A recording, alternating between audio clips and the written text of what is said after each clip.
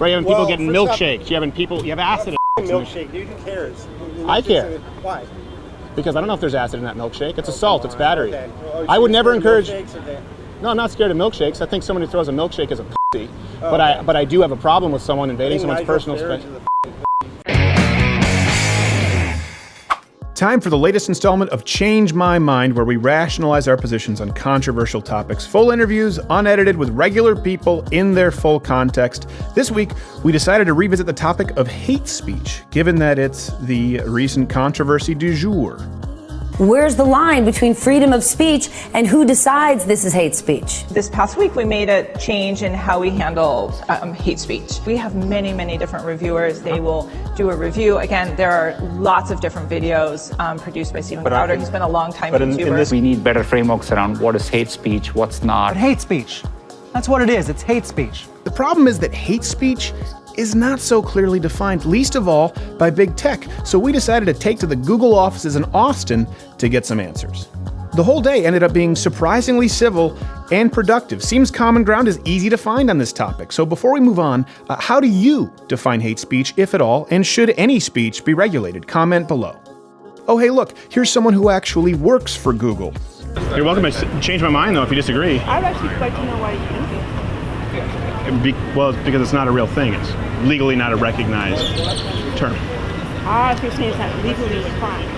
Yes, hate speech is not a real thing. Now, if we can talk about what people consider maybe offensive speech, but what do you think hate speech is, I guess? How would you define it? Because you seem surprised that I say it's not real. Well, I didn't understand your point. You're saying, well, like legally it's not a crime, so I get that. Yeah, well, I'm saying people use the term hate speech a lot. Doesn't exist. Criminal thing, yeah. Or even just as anything that hate speech it's not a real thing. It's a term that's used that people think of some kind of a carve out with the First Amendment, or the ability to speak freely. Hate speech is not a qualifier. It's not a real thing. I agree. Yeah. Do you think that speech can be harmful? Sure. Okay. Yeah, I think. I mean, speech can be offensive. Yeah. And I think sometimes maybe people misuse that term. Well, they use it to just say speech is harmful as opposed to speaking harmfully is illegal. Right. Yeah. It's not. Right. Right. No, that's the issue. But a lot of people think that either it is or that it should be. Do you think that it should be? No. At any levels? No. Not outside of the current constitutional parameters that we have on the freedom of speech. Would you like to sit down and talk about it? It would just be 5 minutes if you'd like to. Sure. That'd be great. Thank you so much. Hold on, we'll check. Yeah, I have 5 minutes. All right. Thank you very much. Felicia? Felicia. Okay. I appreciate it. We already kind of... Oh, well, sorry, I wasn't... I'm joking. I wasn't stalking you. I saw it right there. It didn't require a lot of Columbo work.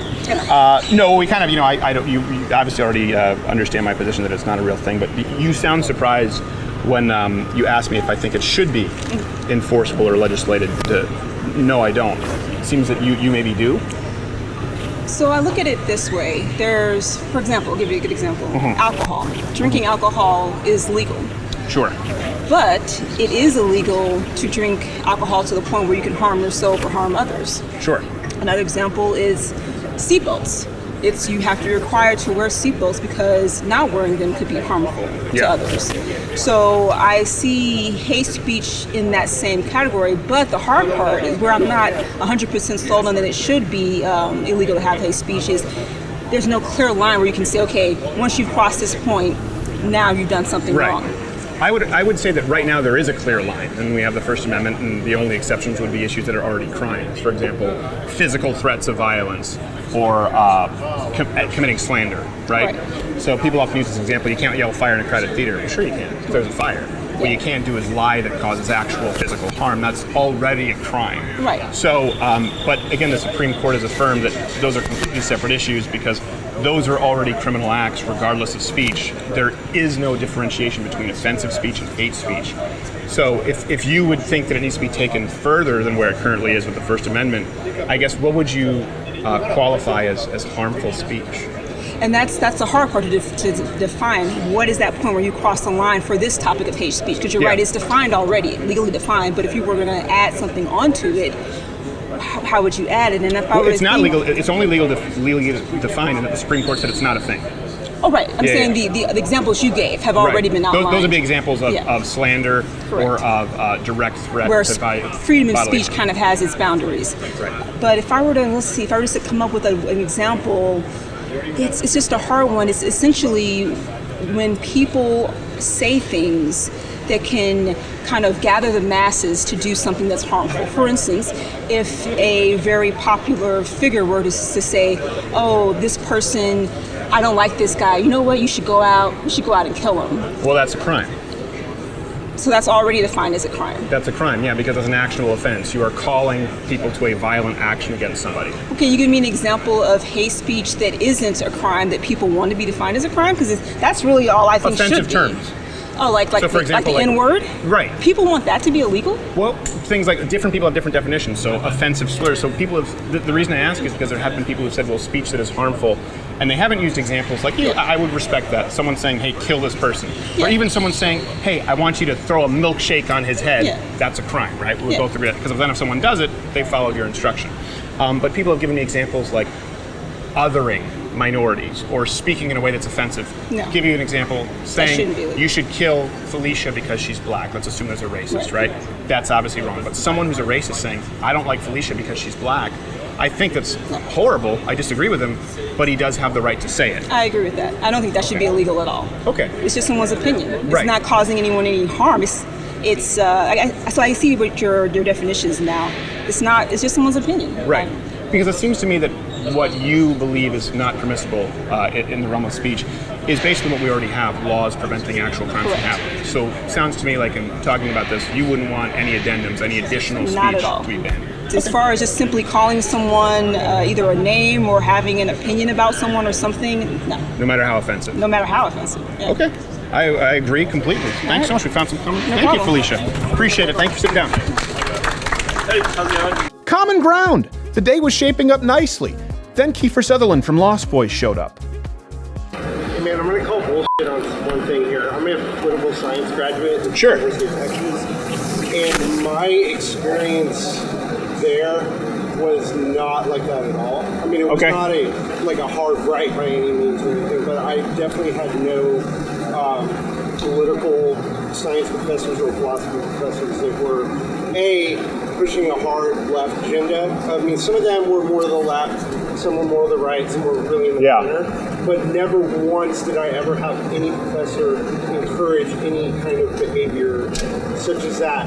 Well, the entire 4.5 years. I'm glad to hear that. You know, my brother went to UT and that wasn't the case. And when we visited UT, that wasn't the case with both professors and students who wanted to band. Well, I mean, the students and then, are one thing, but and then statistically, I'm glad to hear that's the case. But do you realize there are 38% of college campuses have no conservative professors across this country? I don't know where you're thinking. Zero. I don't know where you get that from. Yeah, zero. And you can bring it up. We have it up at the website, and so you can check the source. Let's It's on the assume. website. Okay, cool. That's true. Oh, okay. Do you have any sources for anything that you're claiming? No, I don't, but you don't either. Well, I do. They're posted right now where you can go and see them. So I want to make sure that. So it's something. I don't have it right with me. You to prove it, But- you're the one making the assertion. Well, the onus is on Not you to. on me to disprove it. Well, it is because you said you wanted to call bullshit and made an anecdotal claim. So the empirical, the verifiable shows that there is a clear imbalance of political worldviews expressed on college campus to the point where there's 38% of campuses that have no conservatives whatsoever. And then, of course, on the campuses that do have conservative professors, they are in a very significant minority. And if you disagree with that, you disagree with the sources, that's fine. But I would present them and say that's something concerning again, because nowhere else do you see that imbalance of worldview. You don't see it in any other workplace outside of academia, the entertainment industry, and media. I mean, you know, there's different studies show different things. Would you like to sit down and talk about it? Would you? Not really. I just want to talk to you here. I'm not trying to dodge the question. Okay. Well, yeah. Well, could I don't really want to be on InfoWars or anything. I don't work with InfoWars. Right, but they're here. Oh, okay. Yeah. Well, but you can sit down and talk with me. I mean, I'm talking to you right here. That's fine. okay, if you want to. I'm just gonna scooch a little bit so we can hear, because we can't really hear you. I just I mean, you're on camera anyway, my so 2 cents on that. Sure. As far as free speech goes, I definitely agree with you on a lot of things. I'm coming from a leftist perspective on that. Sure. I think that criticism of like PC culture is not just something on the right. There's a lot of people on the left that have Sorry, I didn't like come prepared. That's okay. No, I appreciate it. Like, there's a lot of people on the left that have criticisms of PC culture and like the postmodern condition that we're in. Mm-hmm. So I would agree that I don't think the government should legislate your right to say I'm a First Amendment extremist as far as that goes. Good. And I think that people have gone way too far. But I would also strongly support people's right to vehemently. Would you mind just moving a little closer so we can hear you on the microphone as well? Yeah. I would also strongly support, others' right to vehemently oppose what you're doing. Sure. By almost any means necessary. Well, what do you mean by almost any means necessary? Well, I support a. I guess I'm saying I go further than like the liberal democratic position of wishy-washy. Multiculturalism's great, but we should, right? Kind of nebulously in the clouds, not really stand for anything. Sure. I don't think it's the job of the state to tell you what to say. But, and my position's a little, still being hashed out on this. Yeah. Private individuals and organizations, have the right to, you have to be able to kind of defend what you're going to do, maybe with force. I'm not advocating violence. You're not, but you said by almost any means necessary. By almost any means, yeah. Does that extend beyond speech? Does that extend it? I mean, first off, what is it that people would oppose as far as what I'm doing? Well, I'm not talking about you per se. I'm talking about more extreme people to the right of you. Okay. I'm not like saying you need to come in and physically intimidate you. Yeah. I'm not. That wouldn't be good. I'm not. I'm talking about. That'd be a bad idea. Extremists beyond you. Okay. People that are openly about racial genocide, about. Sure. I'm talking about like Richard Spencer and people like that. I'm not saying that you are. Yeah. Well, but the thing is, I've been accused of racism. I've been accused of homophobia and sexism without any sort of qualifications too. So the challenge then becomes, again, speech can be combated with speech, right. Now with physical force. Well, I can't speak to. I mostly know you as a meme about sure. Whatever. Yeah. It's like. So I'm not going to speak to like what you stand for because I've never, admittedly, taken the time. To, but what I'm saying is that by your worldview, right? You said that, and it's kind of eerie, where you said by almost any means necessary. I have had physical acts of violence, both committed and threatened against me, because of ill-conceived notions, positions that I don't even hold, right? Okay. So do you see the danger in saying if someone is an extremist, if someone is a racist or a sexist or a homophobe, then you have the right, as a private individual, by any means necessary, by almost any means necessary, to correct them. Do you see the problem with that? Because you're now combating speech that may be right or wrong, by the way. You may not even understand what this person is saying with violence. Well, what I think is missing from both sides of the argument here is like a certain amount of common sense about telling the difference between you and say the alt-right, the real alt-right, the people who actually advocate for ethnic cleansing, things like that. Things like that I fully support combating by any means necessary. And that means violence. Yeah. So what would constitute, what would justify enacting violence against somebody? Give me an example. Somebody who makes credible claims of wanting to persecute people based on their race, who makes actual, and I'm not talking like he didn't use the pronouns that I think he should use. I'm not talking about that. I'm talking about that already happens in Canada. I'm not talking about Canada. I'm talking about here. Yeah. I'm talking about people that actually actively promote not just hateful speech, but promote violence or calls to exterminate. Well, listen, that's already illegal. So, for example, to call for the extermination of black people or to call for the extermination of Jews, right? That's illegal. Saying I hate Jews or I hate black people, which I'm not saying, because you've already mentioned violence, so I want to make sure I understand. I don't think that's something that warrants acts of physical violence. I think you combat that with speech. Do you disagree? You think someone saying I dislike black people, I think they're inferior, do you think that warrants physical violence? In the right situation, yeah, I do. I don't, like I said, I think there's a difference between the state being in the business of that and private citizens. And I know that my view is kind of extreme on that. It is. I'll accept And that. the challenge now is, of course, everyone's called a Nazi or a racist or a homophobe who disagrees with people on the left. I mean, you know that it seems like you're sensible. You agree that that's a problem. I do agree. And that that's it's a actually used as a call to violence far more than someone using a racial epithet in a joke, right? People say that person's a Nazi, that person's a racist, that person is a homophobe, and people are having acts of violence committed against them all the time. Right? You're having people getting milkshakes. You're having people. You have acid. milkshake, dude. Who cares? I care. Why? Because I don't know if there's acid in that milkshake. It's a salt. It's battery. Okay. Okay. No, I would never encourage. milkshakes, okay. No, I'm not scared of milkshakes. I think someone who throws a milkshake is a but I do have a problem with someone invading someone's personal space. Sorry for my language. No, that's fine. But I think I don't. You're saying I'm not scared of milkshakes. Okay. But I think people should be concerned with milkshakes because they don't know what's in that milkshake. And I think that if you go around and you toss something on someone, or you think that that's okay, you warrant an ass kicking, right? So would you agree by those same rules? If someone throws a milkshake, they should get their asses kicked, or at least it's deserved. I mean, they can go toe to toe, sure. Okay. Yeah, but I don't. But I'm willing to go both ways, man. I'm not just like. You sure. know what I mean? Yeah, I I understand. myself, you know, yeah, but the problem with it again is just because someone's racist or has speech you don't like, you're not entitled to commit acts of physical violence, and that seems to be a common thread with like the Antifa left today, and that's a real problem. Well, here's the thing: is that's something I believe that I would be willing to accept the legal consequences of that situation. So I understand. I'm making a distinction between what I feel is right and what I feel should be legal. So you want to operate outside the bounds of the law because you feel so. I mean, the right situation, yes. Okay. Okay. Yeah, I disagree. I call that criminality. Okay. Cool. So, but I would agree with your right to say whatever you want to say, regardless of how offensive. All right. Now, if you were to call someone to an action of violence, for example, call someone to whether it's milkshake or assault or punch or stab somebody, yeah, I would report you. Okay. Because that already is a crime. So I think it's still remarkably consistent. You can say something that's super offensive, don't care, as bad as you want, but committing an act of violence or calling someone an act of violence, that's a real problem. And I don't think that plays a role in today's political discourse. But I appreciate your intellectual consistency on it. Okay. I really do. I think the lady behind you wanted to say something. Yeah, absolutely. Thank you, man. I appreciate it. Thank you for talking. Even though we disagree. Thank you, man. Okay, started off hostile, but didn't end half badly. Thanks, Kiefer. Now, for the first time ever, given the current topic, I wanted to bring in my half-Asian lawyer, Bill Richmond, to try his hand. What's going on, man? Bill.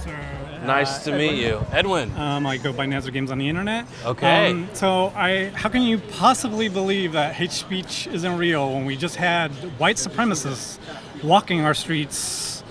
Literally, if there were less laws with guns and the way it is now, they would probably take advantage of people of color, gays, and I'm nervous. Don't mind me. So. No, it's a question. It's a question we're here for. So let me kind of expound on what the topic is on a broader sense. Don't get me wrong. I know this is America. We have a lot of freedoms. We're the biggest free country in the world, but we have very fringe problematic issues. I hate using that word.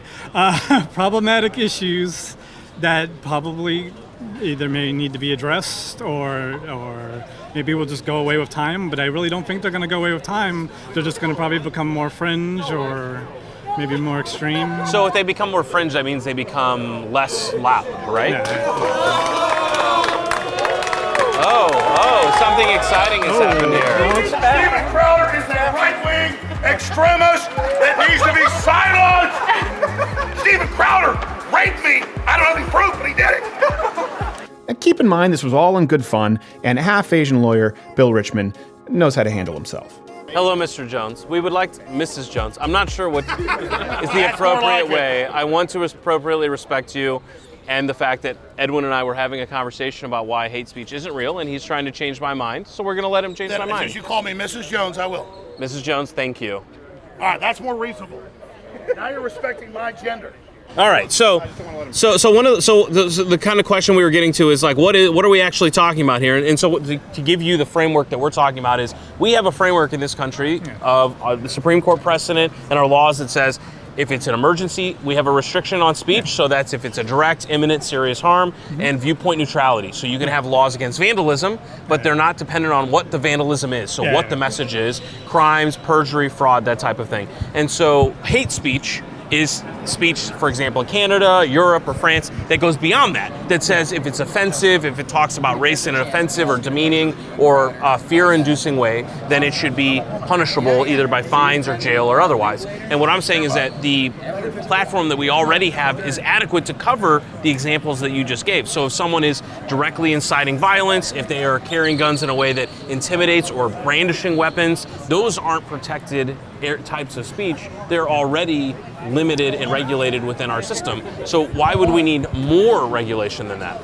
But don't you feel like if we had like internet bill of rights at least to generally give us a uniform, like for like Google, say this big entity like Google, a uniform like governmental law saying like this is hate speech, this is not hate speech, and then this is the terms of service against all private entities. Wouldn't that be better for protecting, like, say, you as a creator? Or so you're right. Yeah. Clarity of rules would make everyone's participation in a private company's business clear. This is the media. This is the modern media. Right. This is the modern newspaper. The newspaper's dead. Radio's dead. Who uses radio anymore? Nobody. Maybe. I mean, we might. Maybe Mrs. Jones. But, maybe Mrs. Jones. But I mean, I feel like that would be something at least the minimum that we need, the Internet Bill of Rights. So how would you define what the hate speech is then? I mean, the only thing I can say that would define hate speech at this point would be anyone, like, we do have white supremacists in the country. They do want to express their speech as killed the gay, killed the brown man, and that is a thing that seems very, very problematic, and I'm pretty sure none of y'all are racist. It's usually most confrontations are between two non-racist people, so that's usually, and it's just a heat of the moment issue and stuff like that, and you see it time and time and again in the workplace, time and time and again. But what would be the definition? How would we ask people to apply the law if it's not just a subjective statement, if it's just how offended is it? And perhaps the other question would be is who's going to decide? Because if we give the government the power, then that means Trump decides now, and then whoever wins the next election or the election after that, they get to decide what it is. And why should we give government the power to decide what hate speech I feel like it should evolve over time. Things do change. People change. I do believe for the left, they tend to change the goalposts. For the case of like Carlos Massa, he uses queer as a term for other. I don't really agree with that as a fellow gay man. It's really like boggles my mind that we would reclaim a word that was used against gay people for so long. Right. So it's just me being the liberal eating a liberal in that front. So I don't know what. Frankly, I don't know. It sounds like you're being logically consistent. I mean, to say, wait a minute, this was a word that we find to be offensive, so we should stop using the word. And I think that's kind of my point, is to say, if you ignore viewpoint neutrality, then you can go out and say it's okay. And then we have like the IDubs of the world trying to reform those words, and for him it doesn't look so problematic. But if another person says like the N-word or something, it will be problematic. So I don't know. It's really hard to tell. Like, what line do we need to draw, especially for the YouTube front, because I'm a big fan of YouTube. Got it. I don't watch your channel. I'm sorry, but I am sub to you. I do watch on occasion. It just depends. You kind of are taboo. So in my front. So I mean. Well, and let me ask you. Let me kind of conclude on this point and let Mrs. Jones do what he wants to do here. Do you think that we should? Is it your point that to the extent that the First Amendment doesn't allow for a hate speech law, should we amend the First Amendment to allow for these types of laws? We need to make an Internet Bill of Rights. I feel like it really needs to be addressed. These are issues that kind of like that are uniform, because what happens is I'm on Twitter and I watch this for like the longest period of time. The goalpost changes, and when the Twitch it changes, YouTube it changes. So it's really hard to determine where the lines are. And then with YouTube being so vague, sometimes they're like, you're demonetized. And in situations where it's targeted harassment, I can understand. For Carlos Massa, I do understand. Not so much the gay, lispy gay thing, even though that's pretty shitty and offensive. And offensive. Okay. But I do care about the anchor baby. That is kind of like a little bit more further, demeaning. more yeah, offensive. way past. That might be the case. The norm for civil conversation, even in our day of age. Yeah. I don't really know Carlos Massa very well. Sure. And I don't know his background very well.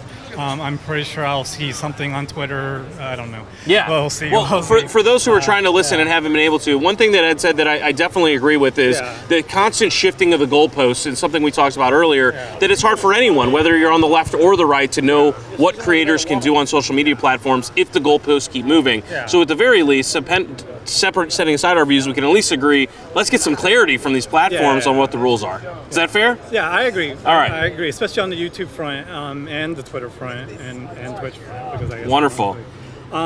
Thank you. It was nice talking to you. It was great talking to you guys. Can we get a round of applause for Ed for coming out here tonight? Thanks, half-Asian lawyer Bill Richmond. Now time for this Z. Hi. How are you? I'm curious about I'm your Steven. premise. Nice to meet you. What's your name? I'm Adrian. Adrian? Yes. Nice to meet you. So, you are upset about limitation of speech, like ideologically, So, in what context? Let me sort of state it so we understand exactly the premise. Hate speech is not real. It's not a real thing. Legally, it's not recognized as a real thing. There are no exceptions to the First Amendment, regardless of how offensive the speech is. And I, of course, think that's a good thing. If you disagree, then on that premise, you're more than welcome to change my mind. This is, so it's about the First Amendment. What actions by Google are you objecting to? Well, I'm not talking about Google right now. I'm talking about hate speech, which is a term which has been thrown around quite a bit. And it's not a real thing. Okay, but would you agree that there's like unfair censorship ideologically going on social media and the internet based on? I wouldn't use the word necessarily censorship, because censorship would typically involve a role of government. But I certainly would say, unfair treatment and uneven application of the laws on social media. Yeah, and it's been done so under the guise often of hate speech, which isn't a real thing. But so you're framing it with the First Amendment thing, but what you're directly, I feel like I'm a little confused here. What you're directly objecting to is, I'm assuming, the on public forums on the internet, essentially. Or no, not necessarily. I mean, we can talk about that. We can definitely talk about that. I think that what's used as kind of a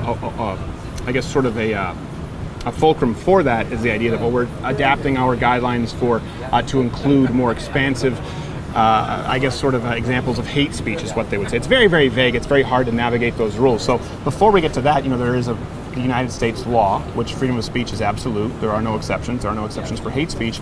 And so then the onus is on perhaps you or people at Google if they say, well, we're going to change our rules to include more hate speech, even though we know there haven't been violations of guidelines. Then the onus is on them to define what hate speech is. Whoever says hate speech is a thing, the onus is on you to define what hate speech is, because it's not. So you feel it's irresponsible for corporations that dictate public forums to use legal terminology like hate speech, and it's like de facto censorship? Well, I'm not saying it's de facto censorship at that point, but using the term hate speech, saying we're going to create new guidelines based around hate speech and it's not defined, I think that's a problem because it's not a real thing. It just seems a little abstracted to me. Like, what if they just called it something different? They just said, like, things we don't like aren't allowed on our platform. I would have no problem with that. If they said offensive speech or speech that we disagree with as a company is not allowed on our platform, or not allowed on our publishing platform, I would have no problem with that. So you disagree with the use of the term hate speech? I disagree with the use of the term hate speech because it's not a real thing. I don't think, and maybe you can clarify your position if you disagree on that first step, right? Whether you think hate speech is a real thing, if you think hate speech should be regulated. And then as it relates to Google, YouTube, listen, they enjoy the legal protection of platforms right now, and that they're not liable for things that are posted on their platforms. And that's because they're seen as an open forum and open town square. Now the difference between that and, let's say, for example, my website, or the difference between that and, let's say, the New York Times website is they are a publisher, right? Not everyone can write for the New York Times. The New York Times is clear about that. So they don't enjoy the protections of not being liable for what they write. YouTube, Google, Facebook right now, they enjoy the benefits of being regulated as a platform or similar to a public utility without following those same rules. So if they said we are a publisher and we are pushing a narrative. And we, even though we recognize hate speech is not a real thing, we like to include it in our company code of conduct, and we want to get rid of people we disagree with. That would be fine, but that's not what they're doing. So you feel like if they want to dictate what is shown on their platform, then they should be held to the standards of a publisher, not a platform? A platform, not a publisher, yes. Okay. Yeah. That makes sense. Yeah, I just think they need to decide on that front. I don't really have any strong opinions on censorship. I was just curious about the corporate versus governmental aspect of a lot of, because a lot of people do compare like social media censorship to government censorship, which I don't really think is an apt comparison. I don't necessarily think it's an apt comparison until you look at them enjoying protections from the legal system, right? Or if you look at them receiving any kind of tax incentives or any kind of subsidies, which, you know, we're not really necessarily talking about in the case of Google, but certainly incentives to regulate them as a platform. My thing is, the first step I would say is this: they need to sit in a court of law. They need to declare legally whether they are a private publisher, in which case they can deplatform anyone they want, treat people however they want based on point of view, or if they're a platform, in which case they do not have the right to do that. Right now, the guidelines are very vague, and that's a term that's often thrown around, you know, hate speech, that's really used as a political weapon to silence voices you disagree with. And that's why certainly I think it's irrefutable that it should not play a role in our society at large, the idea of hate speech laws. And I think if someone is going to declare that as part of the policy on their platform, it's their duty to define what it is, and they haven't. Is there anything there with which you disagree? That makes sense. No? I wasn't sure about your premise because I was confused by the location in front of the Google office. Yes. Well, obviously recently I was the subject of some controversy where they completely demonetized a channel, and even though they acknowledged that I didn't violate any guidelines, but someone complained from Vox. And as a result, there have been hundreds of channels where people have made a living and obviously employ many people that have been completely removed from an ability to continue to create content and make their living on YouTube. And that's a problem. That's a problem when people don't understand the rules. It's a problem when YouTube's removing people because in some cases it's not even a point of view. In some cases it's just because of historical channels that have covered World War II and the Nazis when YouTube isn't clear about what the guidelines are. That's a problem to me when there's a cozy relationship between government and big tech and they're receiving benefits without the equal responsibility. So then would you say that we need more direct government intervention into large corporations to improve quality of life of citizens? I think the first step is them deciding what they are, a publisher or a platform, and it hasn't been answered yet. And if they are a platform, we don't necessarily need new regulations. What we just need is for them to follow the regulations already in the books for public utilities and platforms. And if they say we're publishers, well then we just have the ability to enforce the regulations that are in the books for them being a publisher, meaning they can be held liable for everything that's published on their platform. So we don't really need new regulations. We have those categories already. It's just that YouTube benefits from one category while then implementing the rules of a different category. Yeah, and that's I don't doubt that. Those tech companies are very sleazy. yes, they are, yeah. So that's really just where I line up, which I hope makes sense and has been consistent. That makes more sense. Okay. Well, thank you very much. Thank you for sitting down. I appreciate it. Thank you. Thanks, Z. Great conversations all around today. But as always, you can't please everybody. Hi. My name's Jonathan. Jonathan, hi. Hey. Hey, Jonathan. So, I've actually watched a few of your, or I guess probably close enough. I watched a few of your videos. Yeah. And I think you're very entertaining. Okay. I haven't done much research on this topic. Okay. But I'm sure you've done a lot. So, can we spend the first few minutes of you educating me on your stance?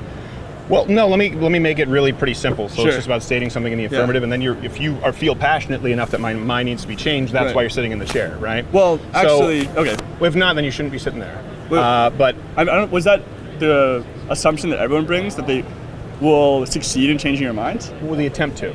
But it could also be they're trying to learn your position. Well, no. Change my mind as you change my mind. I'm not here to change your mind. No. But what if I'm trying to learn your position? So, yeah. Let me be really clear here. Hate speech is not a thing. It's not real. What do we define to be hate? To be hate speech? Yeah. We're talking about hate speech. What do you define to be hate speech? No, but you're making a statement here. Yeah. Well, it's not a real thing. It's legally not recognized. No, but as something. what's not the real thing? The Supreme Court has affirmed several times that there is no carve out for anything called hate speech in the United States. Okay. So any speech, no matter how offensive, no matter how hateful in its rhetoric, it's not identified as hate speech. It's protected under the First Amendment. Okay, so I'm actually not here to disagree with you on your premise. Sure. I'm here to just make a critique. Sure. Of the presentation style. Okay. So I've heard it argued many times and very convincingly that it would be a slippery slope for the government to regulate a subset of speech that people find to be offensive as hate speech. Right. Okay, so here's a clear example. Suppose that we have different standards for what we consider to be hateful, as I think you just described in a previous conversation. Sure. And some people say, well, this subset of like semantic usage I find to be offensive, and someone says, I disagree. Who should be the arbiter between those two sets, and who should decide what the punishment should be? Yeah. So obviously, to make a disparaging remark. Or do you want to continue, or do you want me to answer You that? can I thought answer that was that. next question. Yeah. No one. No one, right. So actually, I agree with you. But here's the critique that I hope you can address. I think there's things that we find in society to be hurtful, and obviously not unanimously, and maybe even actually just a minority of people, but still quite a few people. And by vocalizing how it's so arbitrary and destructive for the government to regulate that kind of speech, the way in which we vocalize that can actually do a lot of harm. Okay. So here's an example. Suppose that I were to use a racial slur against Asian minorities. And then I say, well, technically, the way we interpret that slur and the way we process that is pretty subjective. Moreover, if we allow the government to define this subset of slurs as so heinous that we can punish it by law, then we actually face an issue because they're the ones doing the defining, and then they can arbitrarily increase what falls into that category in a way that's harmful to society. I agree. But suppose I also go on YouTube and I say, these people are extremely stupid in advocating for the government to hold this position. There's a way in which that's insensitive to people. Advocating for the government to hold what position? The position that we should regulate this subset of speech as hateful.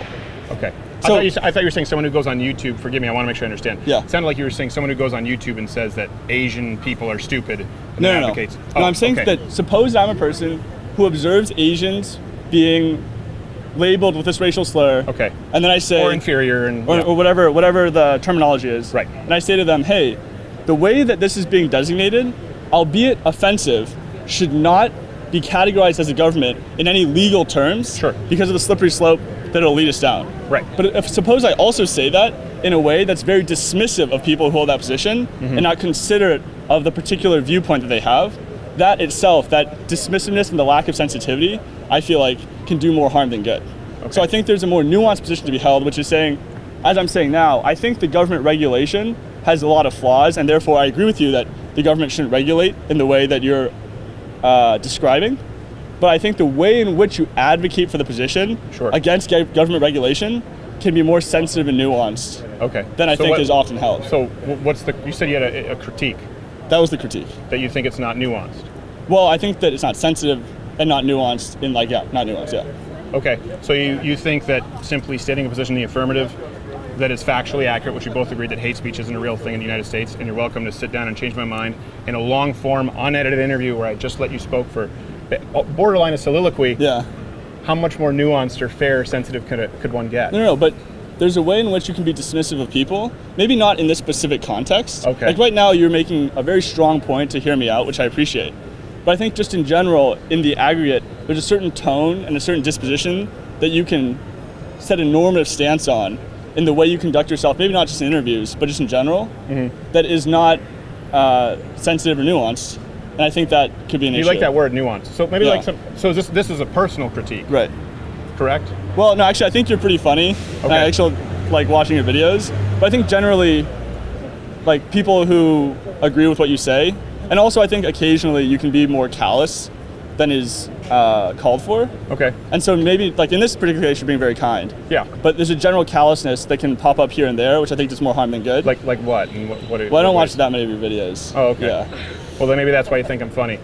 You haven't seen enough of it. Could be. You should talk with my wife. She'll tell you it's not the case. Well, I appreciate you sitting down, but I can't really address any critique that sounds to be somewhat personal based on me being callous if you haven't watched the content and can't give me any examples. So okay, so here's actually I apologize. But here's why that's not a full rebuttal, because it's not a rebuttal. All I'm saying is I can't address it. If you were to say you can actually address it because there are other people who've brought up to you that they don't like the way in which you demean certain groups. Right, yeah, I don't And so care. they call you callous. So I don't actually have to make that argument myself. It's already being made. And I'm just saying there may be some validity to that.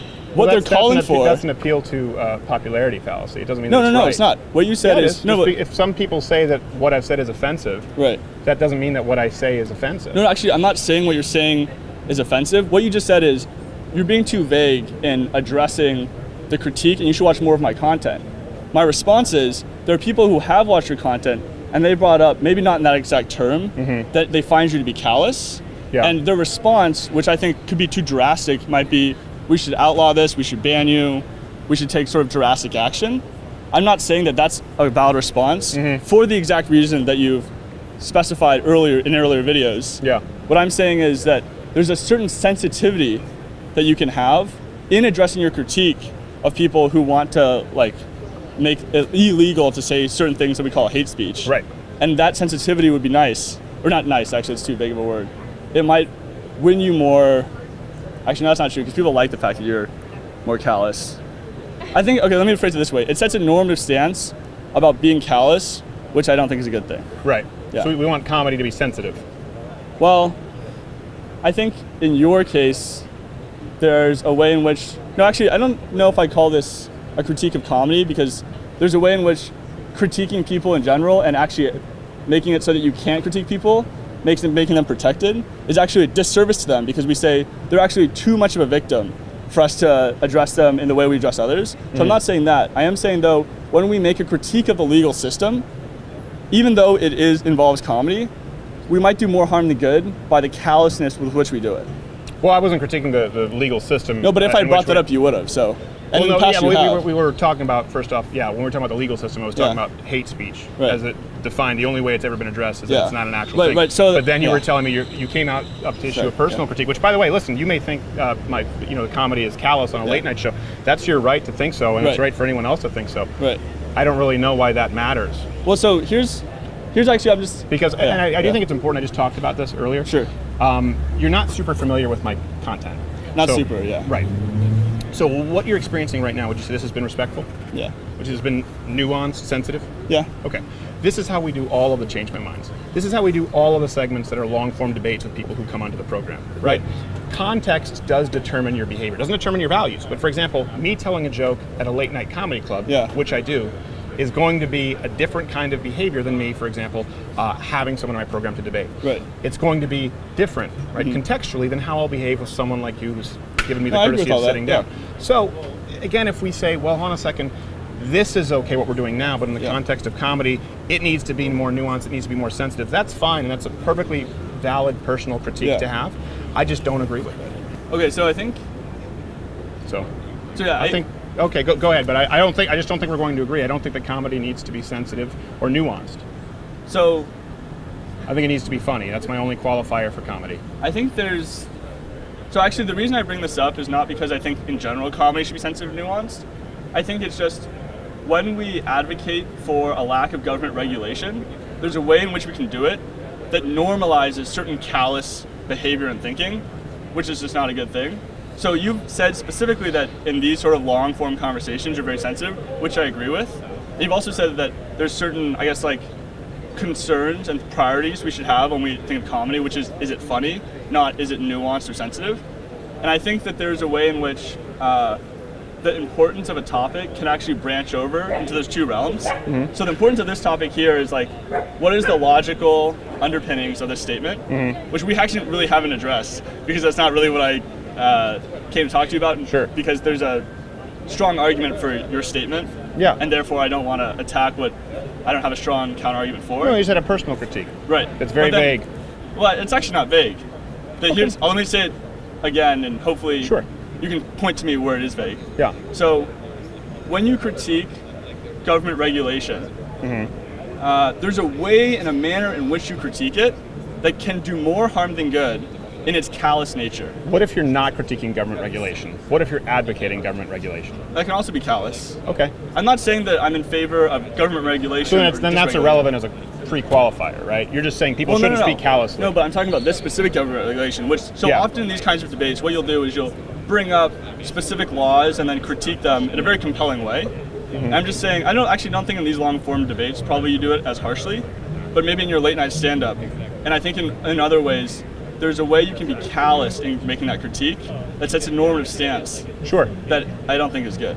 Yeah. Okay, so you personally don't like the way that I do comedy. No, but I also think this is a more nuanced position that can be voiced as you describe people who hold admittedly logically inconsistent positions. There's a way in which you can do that in a more kind manner. I guess for the sake of comedy. Sounds like it would be a lot of fun at parties. So I appreciate it. We do, because I think we're going around in circles here. Here's what I would love to see. I would love to see you do kind of what you're talking about. Practice what you preach, and do some comedy in a very nuanced, sensitive way that gets people to laugh and people enjoy. Can I just make one final point? I think we've been doing a couple final points here for a while, but I do appreciate it. Now, and I'm sorry that you think I'm callous. I've tried to not be here in this case, and I understand your point. I understand your point. I just don't care.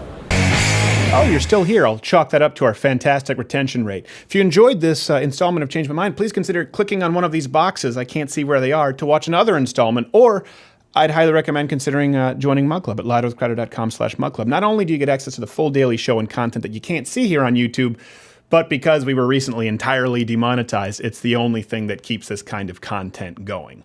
So we appreciate your support as public enemy #1 of YouTube. We're learning how to navigate these waters. Maybe if we were more effective at transgender makeup tutorials, or a more advertiser-friendly podcast about transgender makeup tutorials.